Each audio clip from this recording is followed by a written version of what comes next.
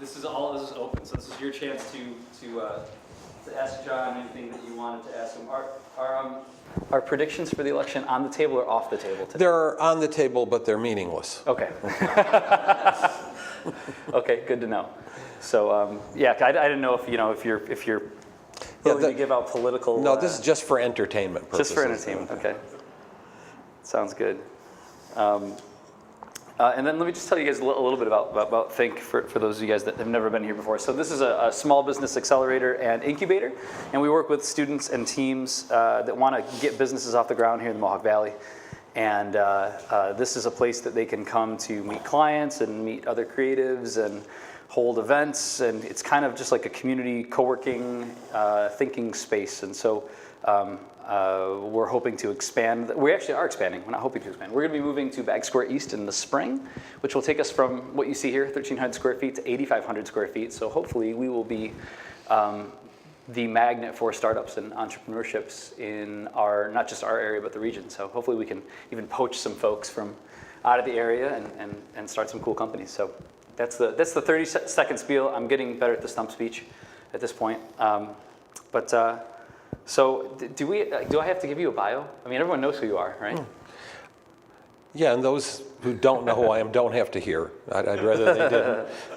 So just let's go. All right, so why don't we start with your background? So where did you grow up? Where'd you go to college? That kind of stuff. Because are you a Utica person through? I'm a Utica boy, yeah.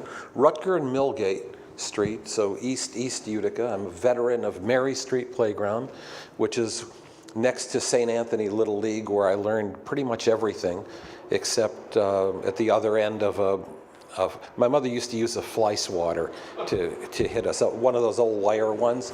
So between that and Mary Street Playground, that's the School of Hard Knocks. I went to St. Agnes School, Notre Dame High School, Lemoyne, and Syracuse University. Okay. All history.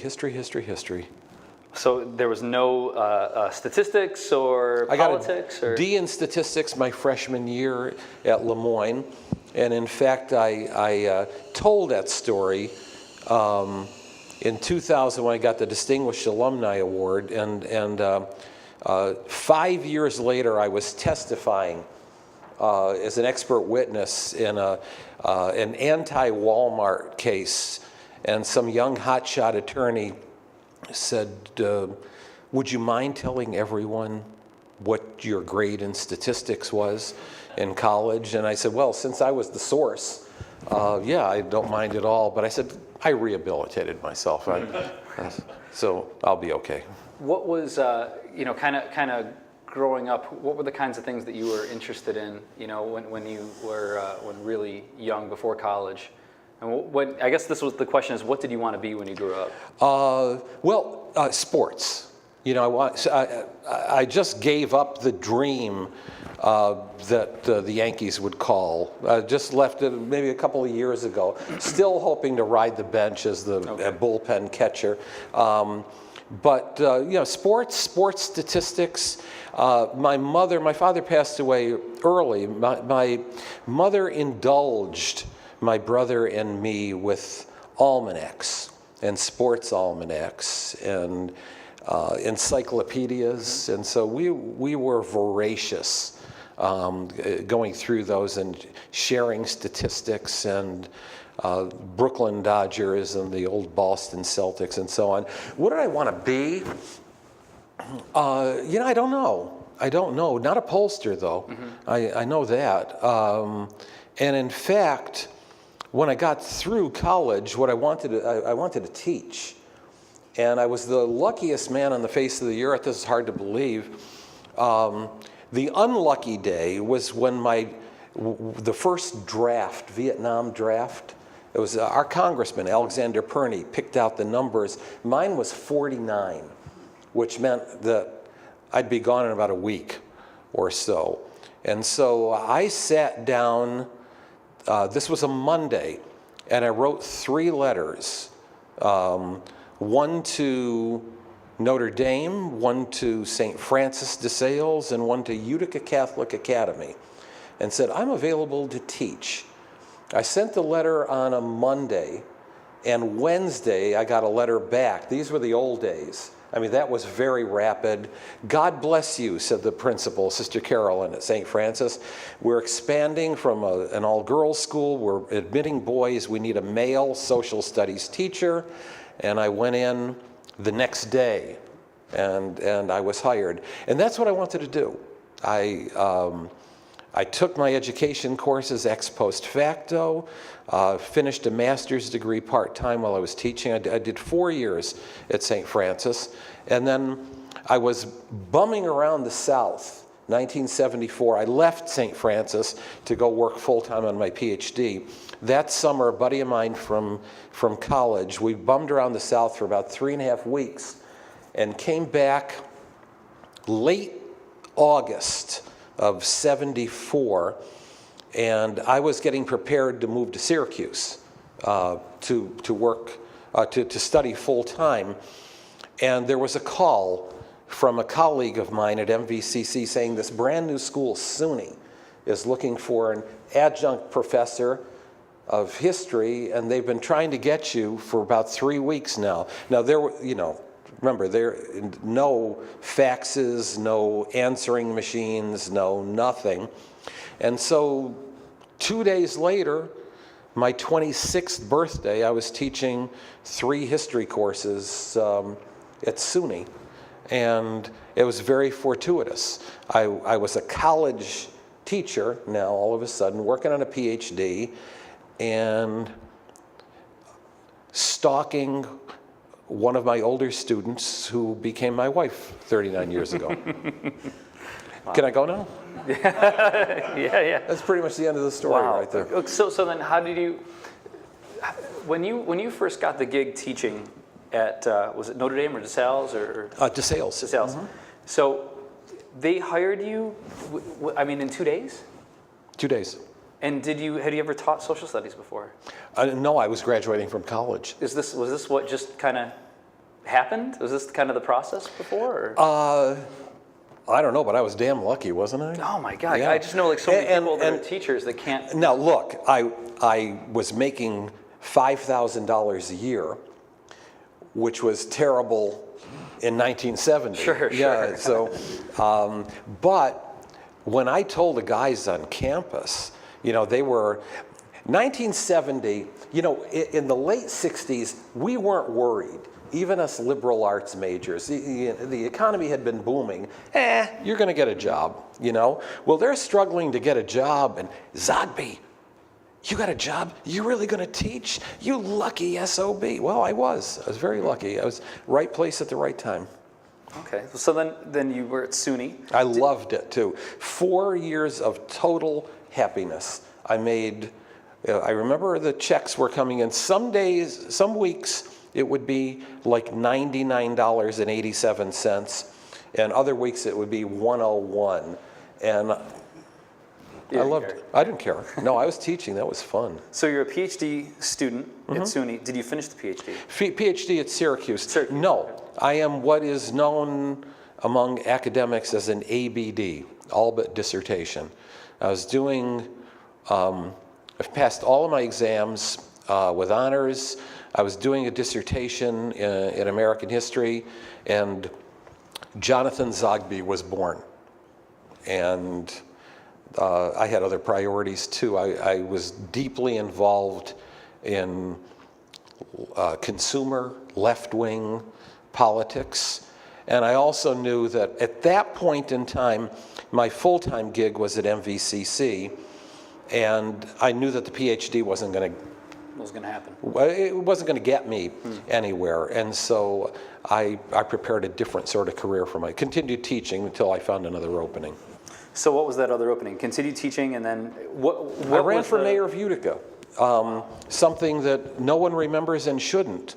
I came in 3rd place out of 3, and I ran against an incumbent mayor, Steve Paulinga, and a perennial candidate by the name of Lou LaPolla. That was Lou LaPolla 1.0. This was 6.0 this time.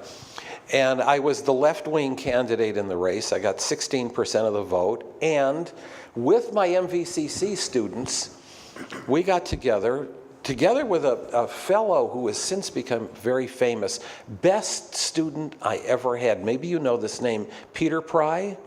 Oh, yeah. Yeah. Peter, I taught him 7 courses at SUNY. 7 courses. Peter coordinated my MVC students, and we did 3 polls. And it kept coming up in a 3-way race, 16%. And on election day, I got 16%. I said, oh man, I'd rather be right than president. You know, that was Calvin Coolidge. And so after the election, I caught the attention of Ralph Nader. And some of the people who funded Ralph Nader, some prominent Arab Americans, Bill Mansour and Jim Abarisk, and we met in Detroit, and they hired me. For 3 years, I was the national field representative for the Arab American Anti-Discrimination Committee. Went to over 100 cities, 31 states. I was the organizer and the spokesman for the group. I met people all over the country, and in September 10th of '84, we had our last philosophical difference with the chairman of the board. We wanted to stay, and he wanted us fired. And that's a joke, but it was true. And anyway, 9 of us were fired. And September 12th, I started John Zogby and Associates, half of which was a lie. So can I back you up for a second about the election? Because even in the discussions we've had, I didn't know you ran.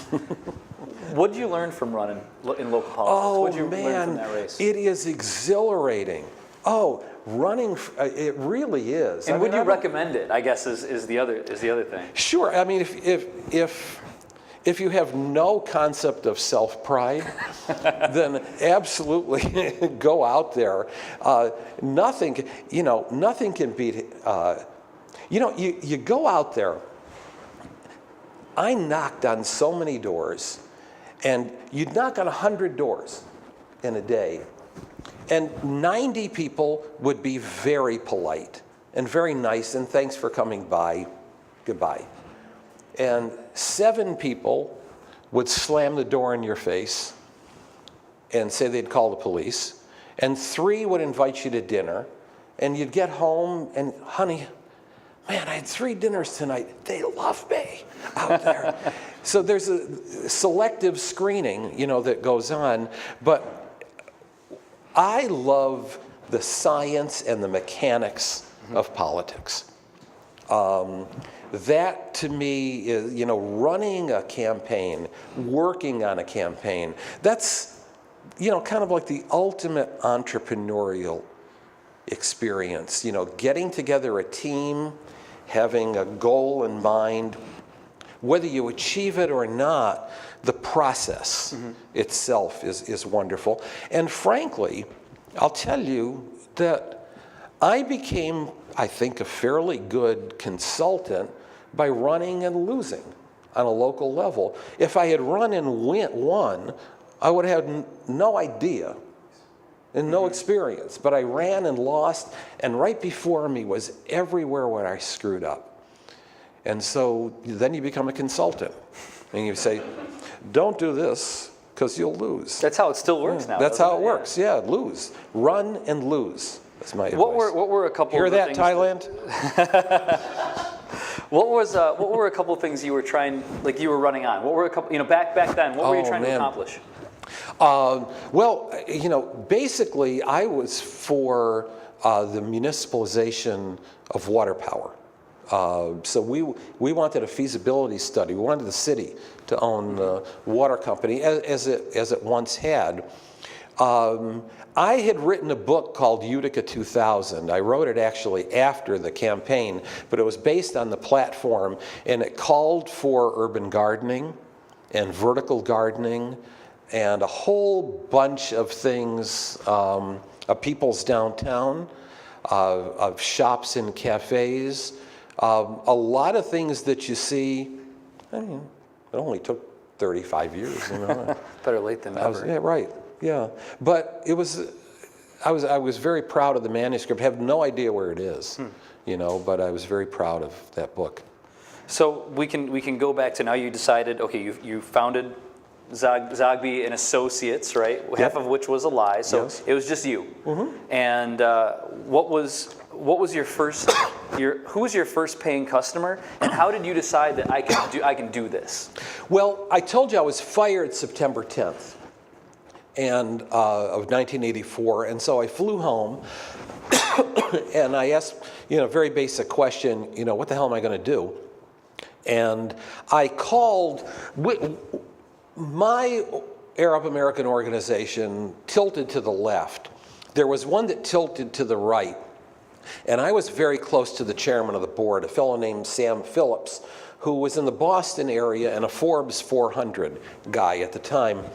And so I called Sam, and I told him I was fired. He said, come on down to Washington. He said, let's talk. So I went down, and Sam was the prototype billionaire.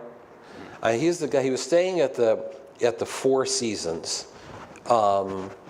And we were having dinner at the Four Seasons, and interestingly enough, Vice President Bush was in the corner with Barbara and Secret Service. So I'm there with Sam Phillips. I'm the guy in the room who has 37 cents in my pocket. And Sam is this amazing fellow who can just make money like that. Somebody called him over to the table, and he went and talked to them. This is while we're having dinner, and he came back. He said, I just made $1 million having dinner with you is good, John. So he said, how much do I have to pay you? And I gave him an outrageous figure. And he said, okay, I'm going to pay you out of a company of mine, E.B. Kingman Plastics in Leominster, Massachusetts. And you're going to be my political consultant.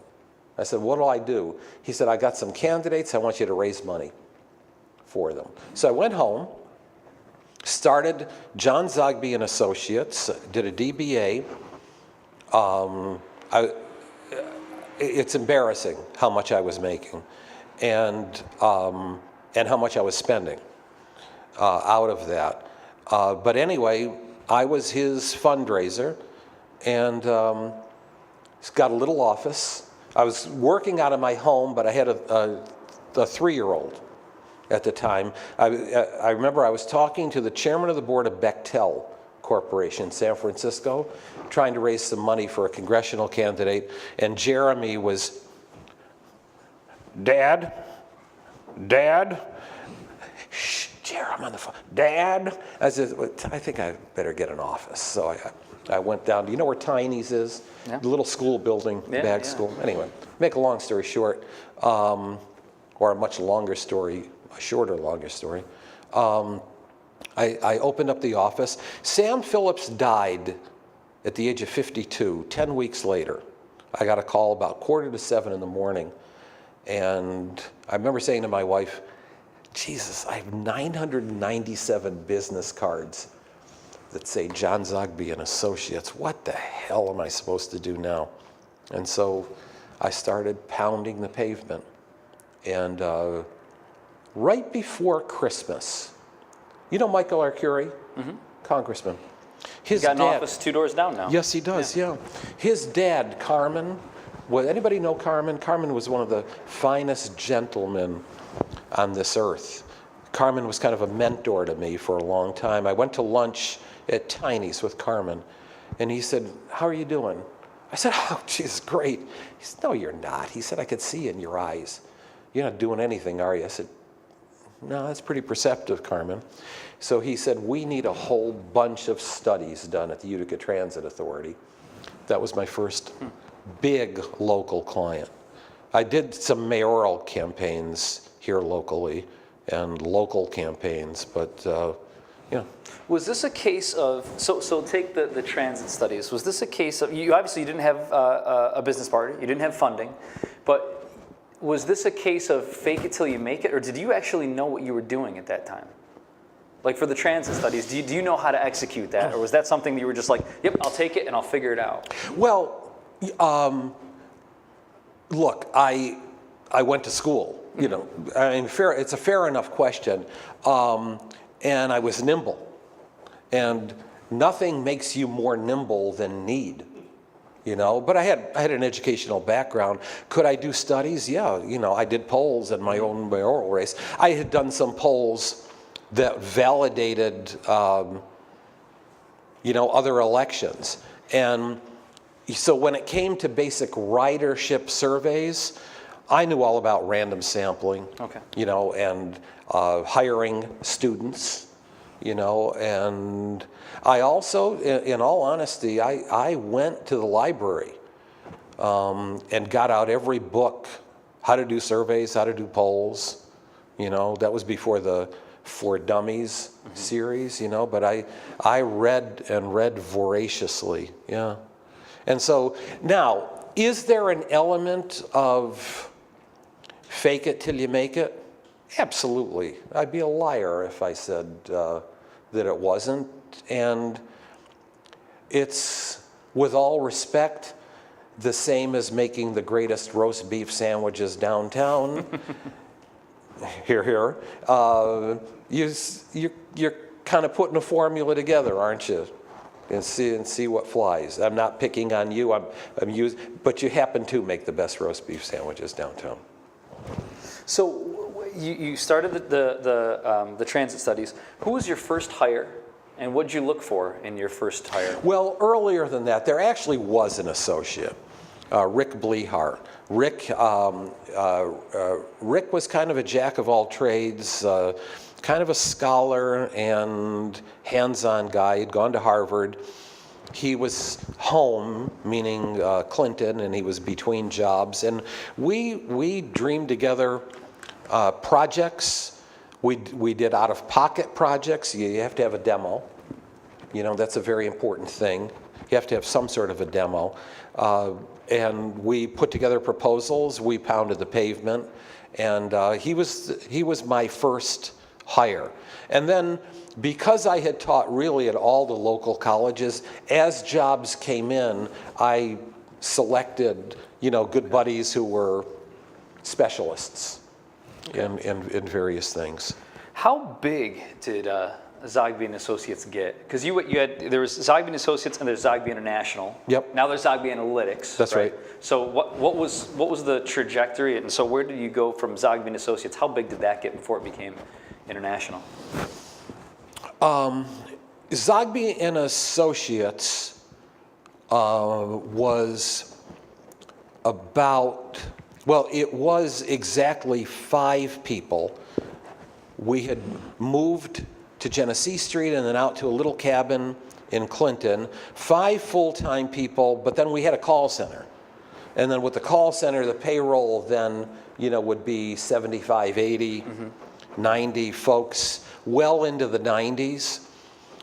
94 election was a major turning point. 96 election was the turning point, reasons I'll get into in a second.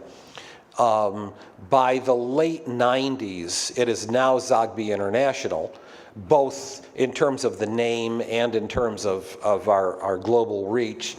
And we are at about 450 employees. Wow. So it's 60 full-time and the rest call center employees. So why were those elections the turning points? Well, here's the lesson. I think starting in '87, when there were only 5 of us, I decided that we were going to have an annual strategic planning meeting. And we would hole up, first in my office, and then each year there'd be more. It was kind of a doubling trajectory. And we would plot out what we were going to do for the next year, what the goals were. So 91, I decided, well, let me back up. 87, I decided somebody's got to go up and study the Camp Drum area, the Fort Drum area, the only growth area in upstate New York. And so we went up there, Rick and I, and essentially put together a consortium of organizations to do population, demographic, ethnographic studies. It became a major industry for us, and it was tremendous help to them. And the word got out in others. We started doing community studies all over the place. That was a strategic planning meeting. In 91, we met. These would be after the election. So after the elections of 91, I decided all there was in New York was the Marist poll. And New York was big enough to have a second poll, so we launched the Zogby poll. And by that time, it became just easy. I did an out-of-pocket poll, early December. It showed at that point in time that George H.W. Bush would beat Mario Cuomo in New York State. So we sent out a news release. It not only was headlines all over New York, but CNN picked it up as a lead story. And it was the morning that it came out, December 6th, 1991, was the morning of the afternoon that Mario Cuomo was supposed to fly out to New Hampshire to file to run for president in the 1992 election, and decided not to, and the Zogby poll was given credit for that. Yeah, wow. And so 94, we're now polling for Rupert Murdoch, the early Fox network, and the New York Post, and everybody's got Mario Cuomo beating George Pataki. We have Pataki ahead, and Pataki won. And then 96, by this time I'm polling for Reuters, largest news agency in the world, and we're getting not only all the presidential primaries right, but the main election. Here's what happened. We had a much closer race. Everybody had Clinton beating Dole by 15, 18, 20 points. We have it at 6, 7, 8. So it was a question of not only David positioning himself so far away from Goliath, but Goliath was attacking David. And there were by this time now you have Fox and MSNBC and CNN and a lot of news media, and they're beating the hell out of this little guy. Who the hell does he think he is? And on election night, I'm right, to the 0.1%. And can I share the funny story? I'm having lunch in New York on election day with a cousin of mine, and the fourth beer, he says, "You got TV to do tonight." I said, "Yeah, I know, but I'm a wreck. I could be selling pencils at this time tomorrow." So I get back to my hotel, the Hilton. Reuters is right down the street, and I'm going to be doing TV all night with Reuters. And I made a phone call. I called the hotline. Now, the hotline was this publication that came out before all this constant news, and it was the only one that would have the exit polls that would show at that time what the results were going to be. So I called Bob Balkin, the editor of Hotline, and I said, "What do you got from the exit polls?" He said, 49, 41, 8. That's what I had. I said, "Holy shit." He said, "You're going to be saying that a lot." I got off the phone and I said, "Oh my God, oh my God, oh my God, oh my God, oh my God, oh my God, oh my God." I went out into the hallway. There was a Filipino housekeeper in the hotel. And here's this grown man jumping up like Ed Grimley, Martin Short's character. "Oh my God, oh my God, oh my God." So I called Reuters. You know, Reuters is a British news agency. And I called Alan Elsner, and he said, "We have Zogby on the line." And in the background, I could hear, "Here, here, here, here." He said, "As you could tell, we're mighty ecstatic here." That's how they get ecstatic. Right? And so there you go. So 96 was kind of big. So then when you get a big win like that, how does that affect the trajectory of the business? I mean, did that change everything? Everything. I mean, we'd laid groundwork and we had infrastructure and we did these annual meetings, but everything. And were you prepared for it? I mean, that's a very good question. The short answer was, for the most part, yes, because I was thinking that the possibility could come, and I had experienced some steady growth. You know, I mean, going from out-of-pocket polls to Murdoch, you know, was certainly one trajectory, but then Murdoch to Reuters was another trajectory. Now, after Reuters, everybody's calling, not only for comments, but people are calling for business. And, you know, simultaneous to all of this, I told you about my left-wing background. I become kind of this poster child for Rush Limbaugh. And every day, the Zogby poll, the Zogby, I couldn't possibly have bought that kind of publicity. And on top of it, that the day after the election, all the other pollsters are sniping and saying, oh, Zogby got lucky.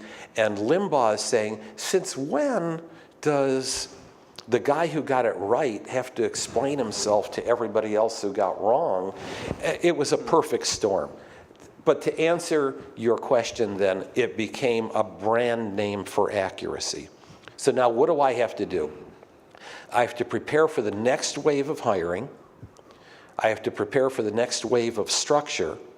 But I also have to understand and think ahead that I'm not always going to be the most accurate. You know, I would do that 5, 6, 7 more years, but one of these days, the mighty will fall. You're going to get one wrong, and they're going to pounce. So now, the strategic planning as we get into the turn of the millennium is going to be the smartest pollsters. And then, after that, prepare yourself for the world of analytics, which I'm very proud of the fact that we did. Some of the other, you know, and I'm not familiar with the other kind of polling agencies, right, that are the larger ones, but how important do you think it was for you to be the face of your organization? Do you think it mattered? Yeah, I do. Because I know that a couple of things really quick. One of the things that I did right from the get-go was I created a fake RFP. This was in 1985. And I went on the phone and I called Gallup and Harris and Roper, and I said, I've got this job, and I gave the specs, and I said, I need a proposal. And 4 to 6 weeks later, I got the proposals. So conclusion number one is, Zogby, we're going to get the job done before you get the proposal from Gallup. That was important. Number two, I'd go out and I'd say, to a client or a prospect, have you ever met Mr. Deloitte or Mr. Touche? How about Mr. Booz or Mr. Hamilton? How about, do you know John Lockheed?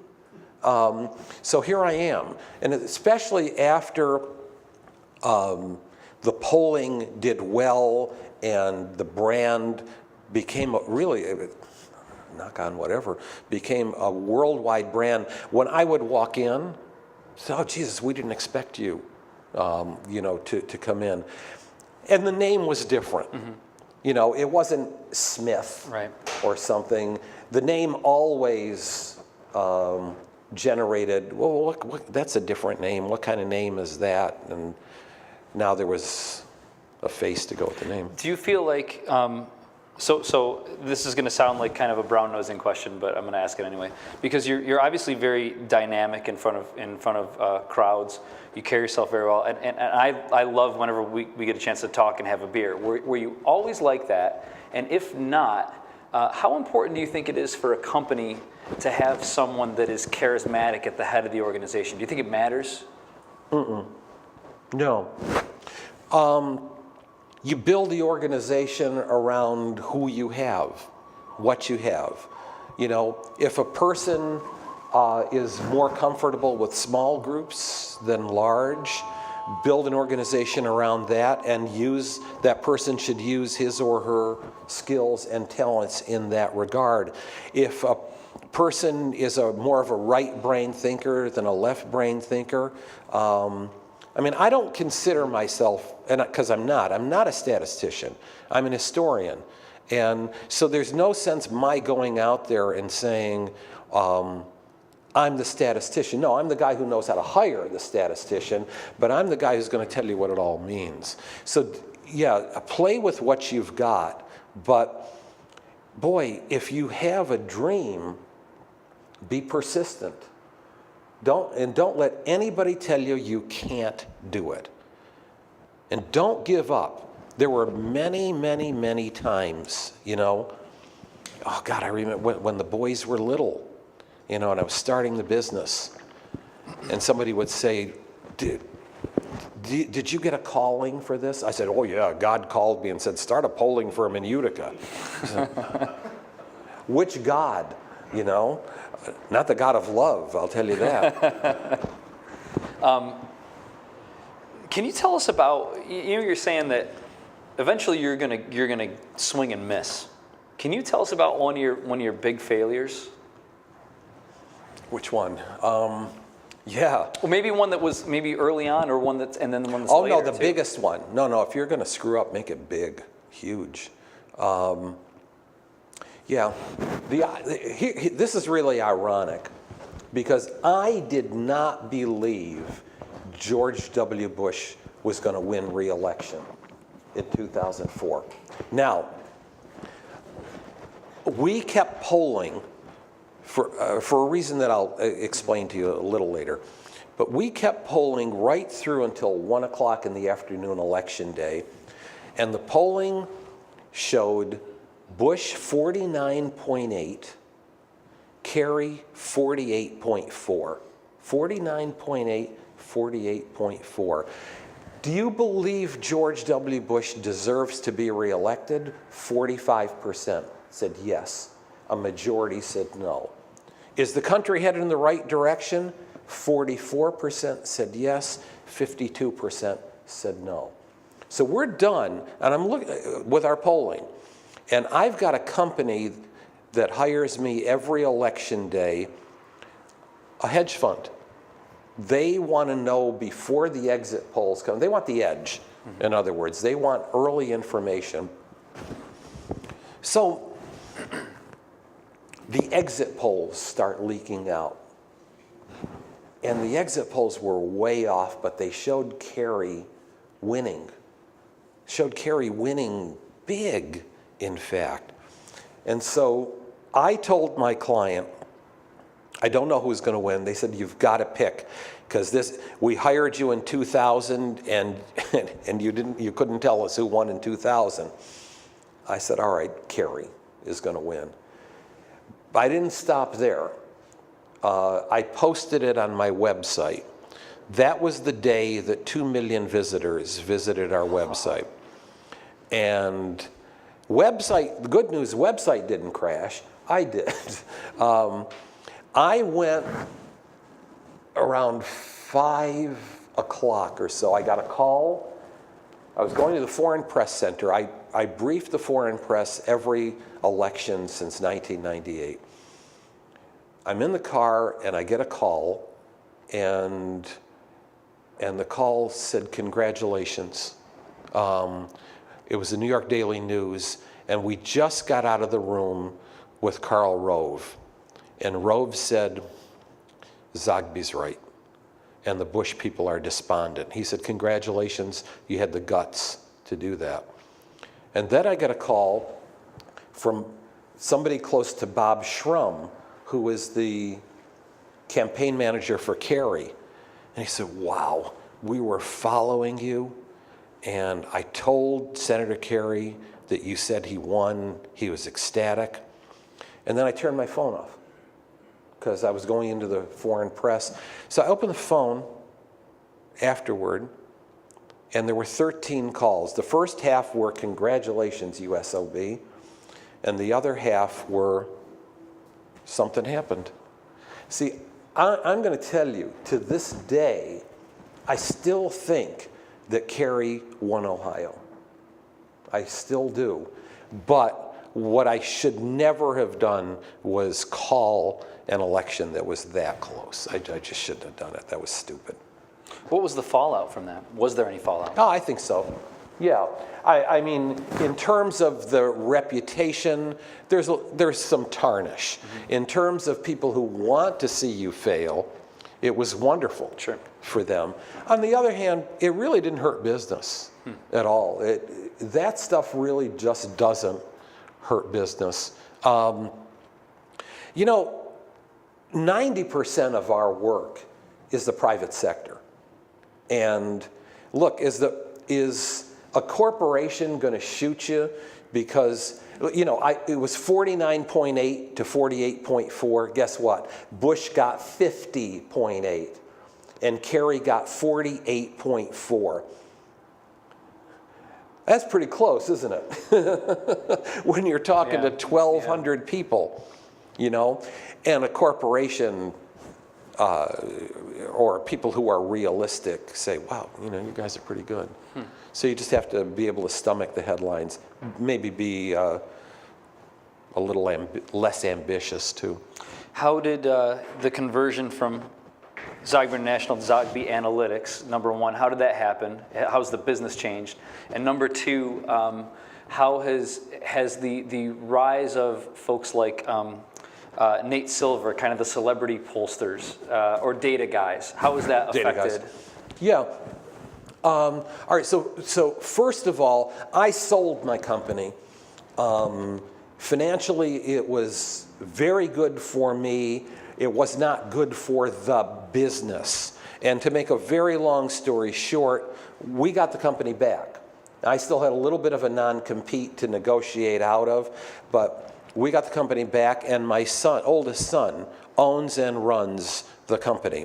We were going to change to analytics anyway, but this kind of gave it kind of a fresh kickstart. So Jonathan runs it. Oddly, for people who used to say, how do you run a global corporation out of Utica? My son runs it out of the Adirondacks in Lake Luzerne, New York. So, I mean, we've really changed. It's leaner, it's meaner, it's highly profitable, it's less labor intensive because of all the technology that we'd have and the partnerships as opposed to hires. And so the business model is a sound one. The product is a good one.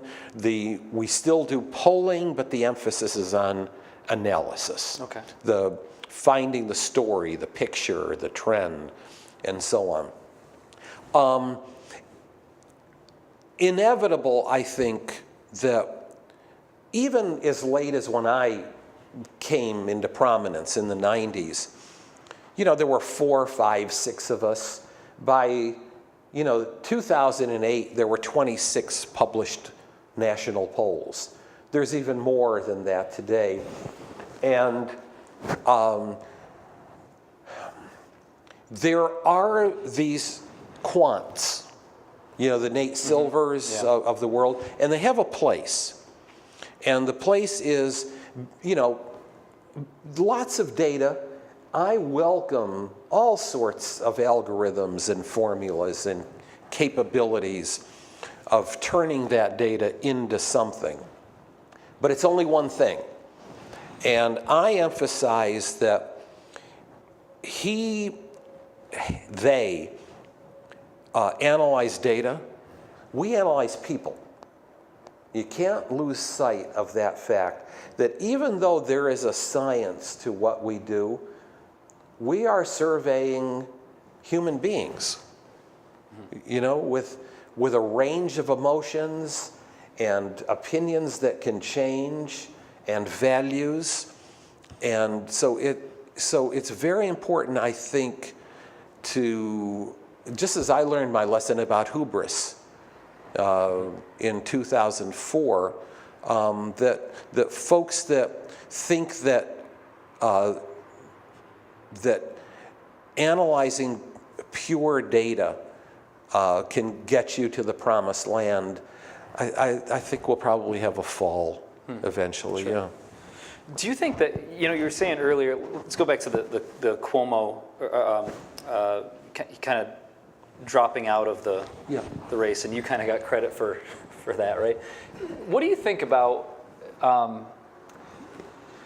the idea that can polls drive the narrative, and can polls drive the results of an election? You know what I mean? Because that obviously influenced his decision, that poll, whether or not, I honestly don't know if it did or not. I really don't. It seems like there were, a number of factors. But do you think that can happen? Do you think that, as people see some of the exit polls and it's not in their favor, they stay home? Or do you have any thoughts about that? I have over the years. I think there's probably too much emphasis on polls. I think there's a lot of emphasis on not so good polls, and I think there's a complete misunderstanding of polls. All we're really doing, should be doing, is taking a measurement of a moment in time. So if I have to lose 20 pounds by November 9th, 2016, I'm not going to start getting on the scale on November 8th. I'm probably going to get on every once in a while and say, well, how am I doing? How am I doing? What do I need to do? What do I have to tweak here, and what do I have to tweak there?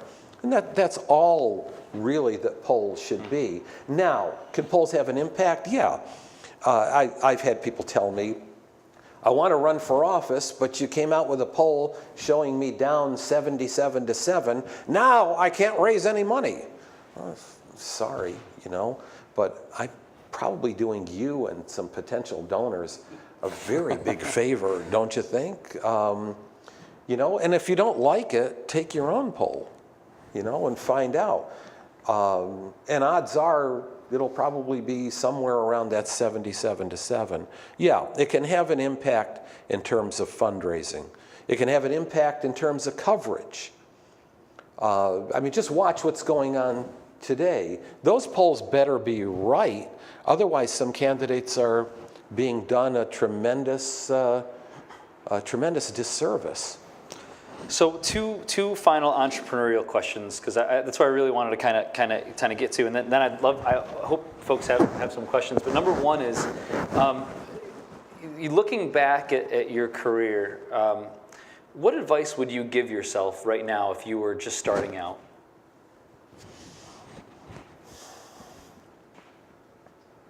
Number one, have a vision.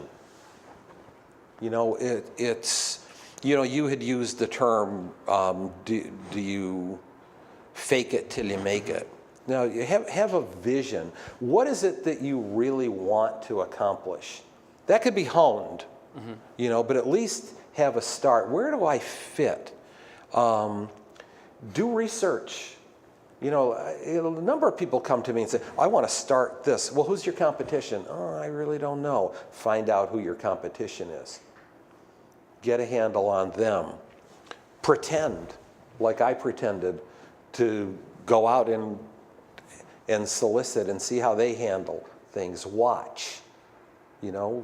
Have good eyes and ears to see how other people are doing it and where they're missing out. And write. I'm a great believer in journaling. Do you know that term? Write. Just keep writing. No one ever died from trying to form ideas. Even if you think you don't have anything to say, force yourself. It doesn't have to be every day, but just keep that mind active and vibrant, and go back and read and find out, hey, I wasn't so dumb. But keep that mind active. So two more, because I just thought of one that just came to mind. Sorry. So one is, they're both kind of related. So you've done a lot of work on first globals. Yes. A term that you probably should explain to folks if they're not familiar with, and millennials. I see a lot of folks coming through thINC. They're in their early 20s, trying to figure their path out. And what advice would you give someone in terms of a millennial, right? What's the best way to go about creating opportunity for yourself? And then number two is, I guess would be the final question is, for the people that are out there that are potential mentors, what would you suggest they do to approach a potential mentor? All right, first and foremost, I used the term before, to create opportunities, be nimble. You know, just for starters, consider your own resume and look at your resume through other lenses. Don't, say, I took this course, I graduated from here, I did this job. Tell yourself, what did I really do? What did I accomplish? Beyond what I was supposed to do, did I save somebody some money? Did I resolve any conflicts? Did I help to make the place a better workplace? Did I work together well in a team? Did I contribute to the team? Did I dominate the team? Tell yourself what you did and what you're good at, and be prepared not only to develop that and hone that and tell your story, but be prepared to hone that story so that as a new opportunity comes up, be prepared to revise what you did. Oh, you know what? Come to think of it, I guess when I was here, I did this too, and this fits into this next gig. Be nimble, be prepared to see the next gig, to find an opportunity, and to package yourself towards that opportunity.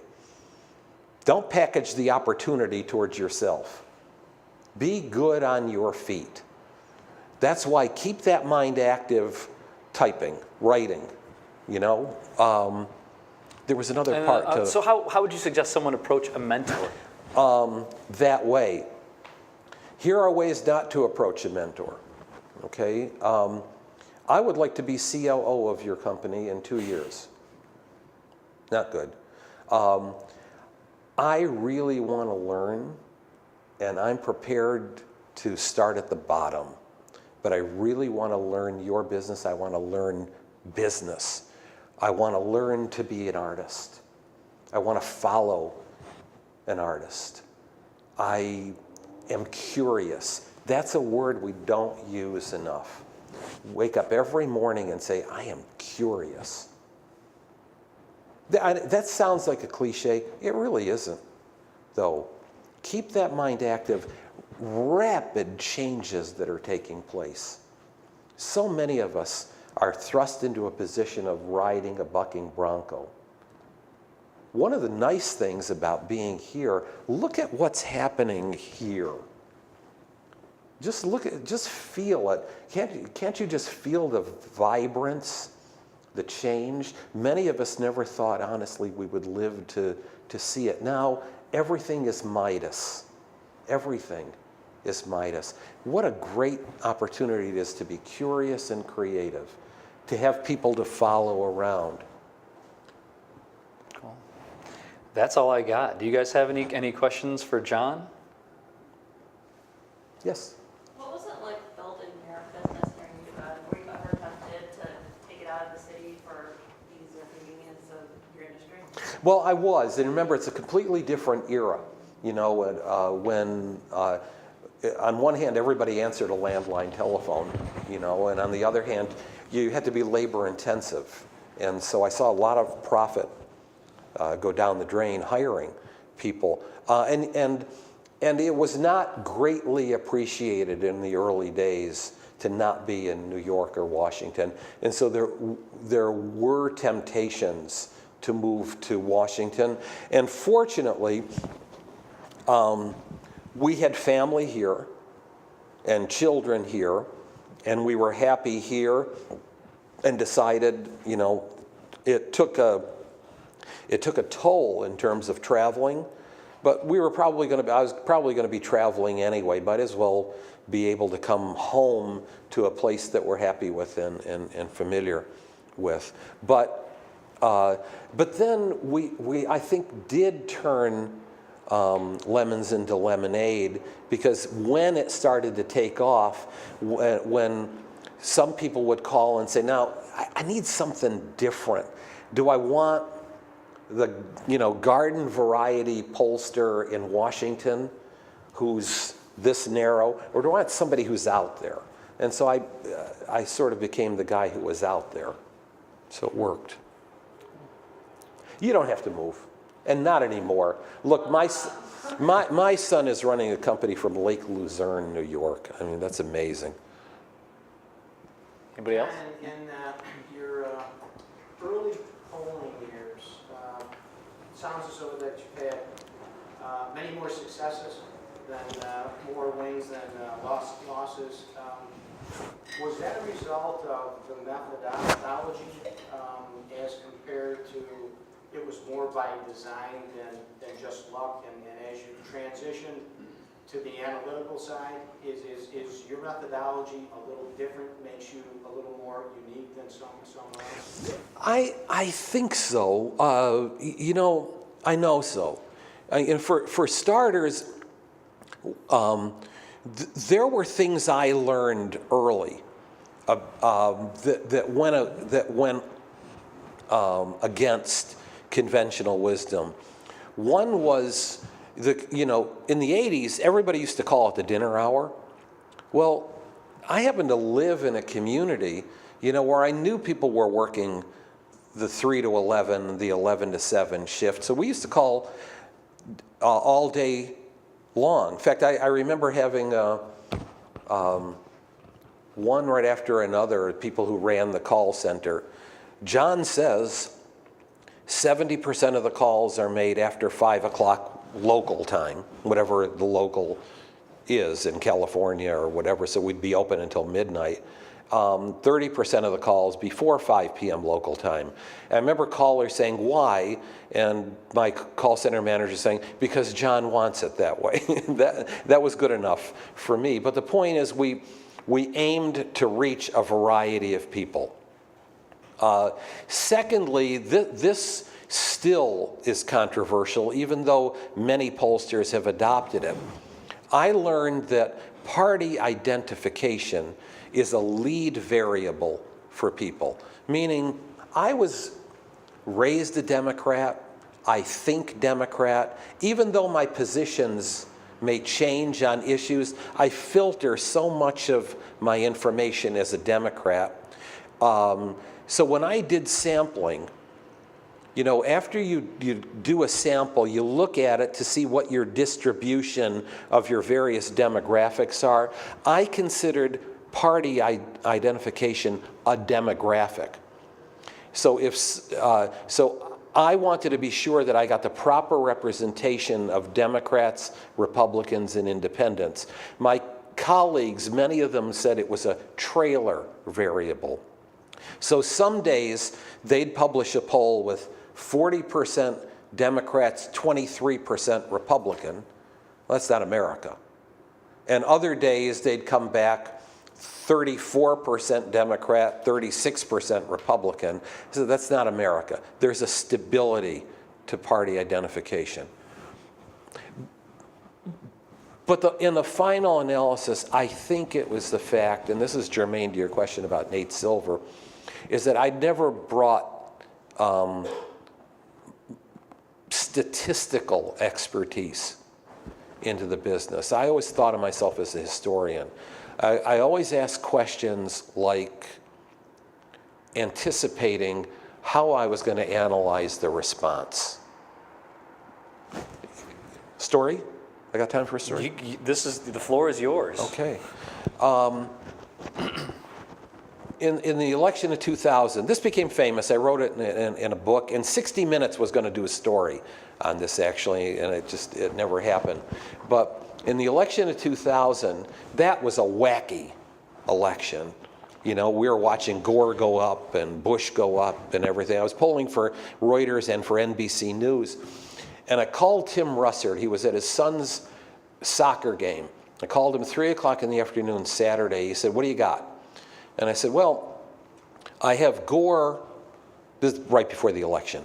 I said, I've got Gore gaining, but losing in a couple of the states. He said, well, this is crazy. I mean, there's no pattern. I said, I've got an idea, and I'll talk to you tomorrow. So we were doing our daily polling from 3 to midnight, and then from 9 a.m.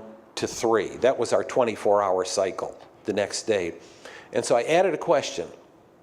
This year, you live in the land of Oz, and this year there's an election for mayor of Oz between the Tin Man, who's all brains and no heart, Gore, and the Scarecrow, who's all heart and no brains. Who would you vote for if the election were held today? So Sunday afternoon, it's 46.2 to 46.2. And that told me everything I needed to know, which was I wasn't going to know. This election was going to be way too close to call. But I don't think a statistician would have thought of that. You had a question back there? Oh, I was just curious about your take on the state of polling today, especially in the current election cycle. This seems to be so pervasive in terms of everything seems to be driven by the polling posters. Even the Republican debates are driven by polling. Didn't know what your overall take was. You know, look, there's a role for polling, and I think it keeps us grounded, but I think it goes way overboard. It determines the coverage. So you cover Donald Trump 7 and 24. He's going to come back with numbers that show, you know, that he's better known than everybody else. Why? You keep covering him, he's going to be better known than everybody else. That's kind of how it works. The notion of picking who gets to be in a debate, top 10, for example, after you go through the first 4 or 5 candidates, now you got people with 2.1%, 2.03%, 1.9%. Come on, that's absolutely insane. I mean, frankly, we'd be better served if you're going to have 17, 16, whatever candidates. We'd be better served either with a Final Four kind of matchup or randomly select 4 people at a time and put them in a room with no moderator, just a timekeeper, and say, talk to each other for an hour. They would ask each other the kinds of questions that should be asked. They would tear each other apart the way they should be torn apart, and they'd each get a chance to say what they wanted and needed to say. And frankly, I think it would be better entertainment. Does anybody know who the moderator was at the Lincoln Douglas debates? There wasn't one, actually. That's the point. Don't need them, and you certainly don't need them trying to figure out which one of me is going to get the credit the next morning for asking the stupidest question. Yes? One reason I have an Apple Watch is I can look at it at a glance and say, I'm not taking this unknown call, or this call I don't recognize, because I get called all the time. Is technology affecting how polling can be done? Sure. 1984, everybody has a landline, 96% of Americans. Wow. Every 3 people we reach on the phone, 2 answer the poll, 65% response rate. And I have a long distance call. Somebody's calling me from New York and asking me important calls and questions. So we have that. Nobody had an answering machine, no call waiting, nothing like that. Now the response rates are dismal, and at least half of the calls we make, when we make them by phone, we don't. Over 80% are done online now. But or at least half of the calls are on cell phones. And, you know, I don't know if anybody realizes this. A typical poll is 40, 60, 80 questions. Well, you know, you can't call anybody on a cell phone and ask questions like that. So we segued to online We were among the pioneers in doing that. And then that's the curious, the nimble part of it. And now we do a lot of mobile to web. So I'll send you a text and say, here's a Zogby poll, click here if you want to take it. And it'll take you to a secure website. You can't possibly game it. You know, it's a legitimate poll. So what was your process for scaling up when you had to grow your company large really quickly, maintaining quality? And the second part of that is, what kind of technologies do you use, or can you give some examples of some of the technologies you use to improve operating efficiency? Yeah, okay. No, I'm just laughing because going back to 31 years, we did the New York Post 1994 election using a 486. Wow, wow is right, huh?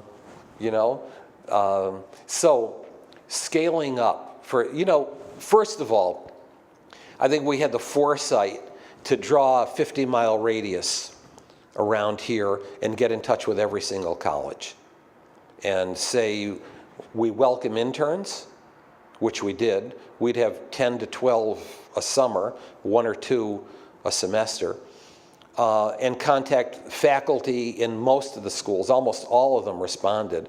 And I'm proud to say Hamilton, Colgate, Oneonta, as well as Utica and SUNY, they all responded. We got faculty as well who were specialists.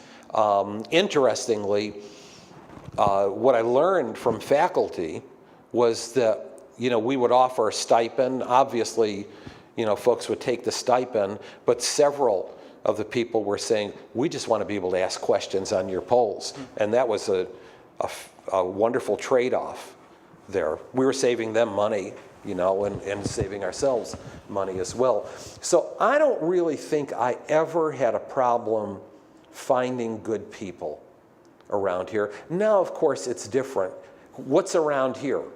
You know, around here is the people in Thailand, if there's anybody in Thailand watching, you know. So now, in terms of equipment, I'm not the equipment guy, but, you know, we were able to, we did storage before most companies were doing storage. We had off-site storage and on-site storage. We built all the kinds of firewalls one could build, you know, to prevent early forms of cyber attacks and hacking. Less of a problem today because what are you going to do with polling data anyway? So much of what we do is open source. So much of what really anybody is going to be doing is open source anyway. But I had a systems department of 9 people. And each of them not only had their specialties in various hardware and software and safety and so on, but I insisted that everyone be cross-trained. Because if I always tried to think in terms of election night. What if the website crashes? What if the statistical package goes haywire? What if the worst case scenario happened at the worst possible time? And thank God we had the people that could do that. Did you have to use people locally, or did you outsource anything or hire people beyond that? For the most part, it was local people. It was much easier to manage. But then we had a Washington office, and we had a few folks in Miami, and we had one in Dubai for a while, none of whom were local people in Washington. And we brought some people up here as well. Sometimes it worked well, and other times not so well.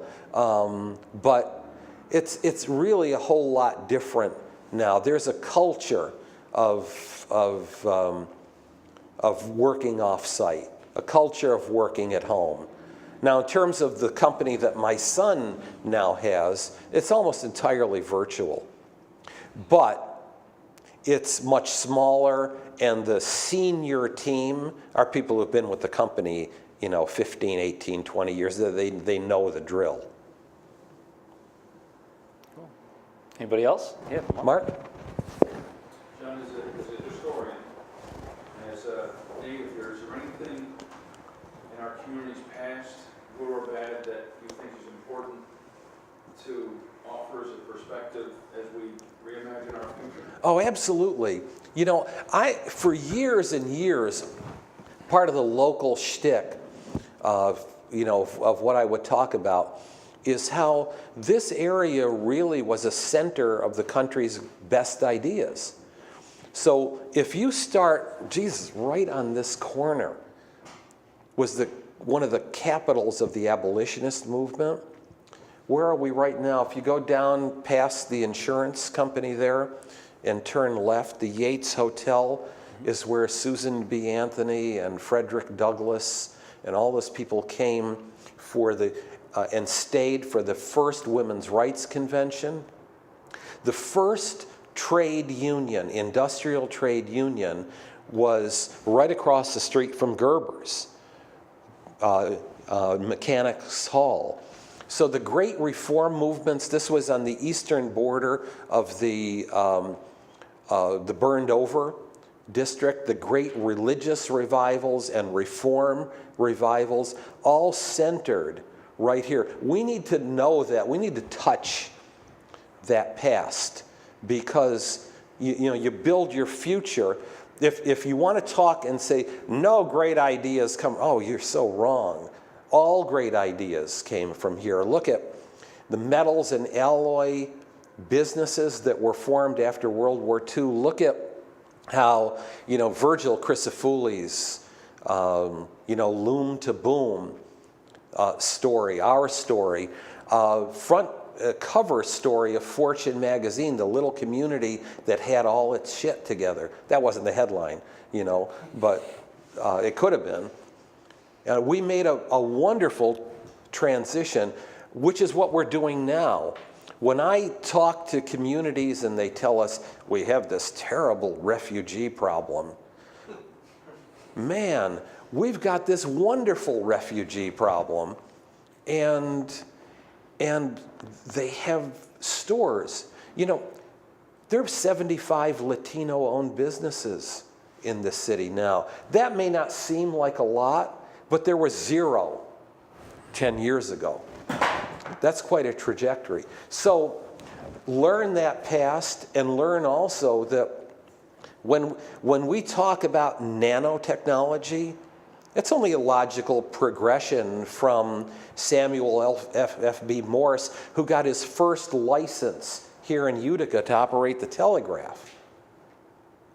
All the way through to the United Press International, to all the stuff that they're doing out there at the base and are doing more of.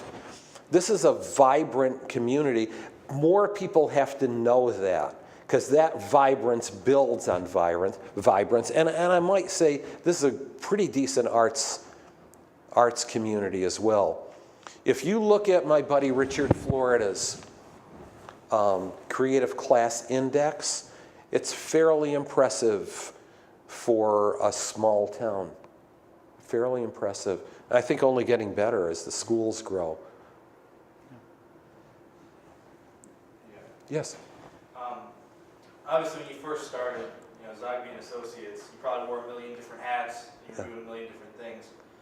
How did you determine which hats to pass off when hiring new employees, especially in those early years? And how did you evaluate and get quality employees who were going to do what you needed to do? Okay, good. The first thing that went was finance. I had no head for that whatsoever. But you see, I was fortunate that I had either taught full-time or adjunct at all of the local schools, and so I had professors who were good friends. I also had students, because I did continue to teach, run the business and teach adjunct, and so I saw and found talent. I hired people who were students of mine, and so that was one thing. It's hard to devolve. There's some things that I really liked doing. And so it was sometimes a little bit hard giving those up. But, and look, I swung and missed too. There were people who just didn't fit into the culture, didn't fit in with someone who could be very difficult to work with. So there were corpses on the road along the way. On the other hand, I really just didn't have a problem finding decent talent, but also nice people. We kind of avoided, you know, the Harvard, Yale sort of thing. They always came and did internships, but it was very important that people were nice and that they worked as a team. Now I'll tell you, in terms of horror stories, I told you we had 9 people in our systems department, you know, the quants and the statistical people. They were all, I came up with the idea, let's house them all in the systems department. They created their own culture, and they were assholes. I mean, they were terrible, and they were bullies. There were 9 guys, and we'd have people coming in who, you know, from editorial, from marketing, and there was just this attitude in systems. And I remember I was sitting on a plane, I was flying from Chicago back home, and I called my chief of staff. And I said, you know what, I got an idea. Bust up systems. Bust them up. Keep 2 in that big room and take the other 7 and distribute them. Have them sit across from editorial and from marketing. Oh my God, you could hear the wailing and the screaming. And how dare he do that? You know what though? The attitude just died right there. Now they had to work with other people and look at them. Cool. How would you handle that situation working with a remote team? Boy, that's a very, very good one. There have got to be teamwork skills, you know. So one way is projects. Another way, maybe, and this is an old man talking now, one way is to have a running game and have them playing a running game. I mean a video game, you know, where they're developing teamwork and where they're developing those kinds of decisions where they need each other. I think there are ways to do it, and I think that there are folks that know either gaming theory or teamwork building a whole lot better under, you know, a different kind of model, but it can be done. That's where the old guy goes to the younger guy for mentoring. That makes sense to you? It The does. short answer is yes. Yeah. Okay. I mean, it seems like it's just like an ongoing issue. I mean, I think a lot of people have remote teams have it. Look, I had it too. We let some people work from home. Oh my God, the wailing. Why do they work at home and I don't get to work at home? You know, and then there were those who worked at home who worked and those who worked at home that didn't work. So it doesn't change. There are those who came in that didn't work. There was the best writer I ever had, Will Daly. We'd have a morning staff meeting at 9. Will never came. He finally said to me, he said, I just can't get up. He said, can I work? Can I come in at 11 o'clock at night? I said, yeah, you know what? It's worth trying. That's when he was best and when he was productive. And who might argue? So some people just aren't built that way. I don't, you know, of course today I'd have cameras, right? But I don't know what he was doing except he was getting his writing done and it was beautiful. That's all I care about. Well, I think that's, oh, you got one more. And Yeah, no hit it up, yeah. Yeah. And no supplies were missing, yeah, okay. So now in your position, kind of with where you are, if you could go back and change your educational background, would you change any of that schooling? And my second question is, now today with where you are, do you still do things to educate yourself as far as reading or courses, or do you do anything, or so what do you do? Okay, I wouldn't change anything. If anything were to rival the history major, I would have taken a whole lot more literature. Remember, we're studying people. And I tell young people, get involved in a campaign. That's not simply advice for a political consultant. That's for somebody in marketing and management and so on. I explained that right from the get-go. Read novels. That's where you get character development and you really learn about people. And you also learn, I'm not the only person going through this, you know, that other people are too. Now, what would I, what do? I have a day book and a night book. I read novels at night and I read nonfiction during the day. Try to stay on top of things. I read The Economist. And then I begin my day with Drudge, the Huffington Post, and Real Clear Politics. And then I sort of don't know where it goes from there. You know, it's aggregated and whatever. But The Economist is steady reading. And then I always have a nonfiction book. And generally, it's about the future. That's my interest. Yeah.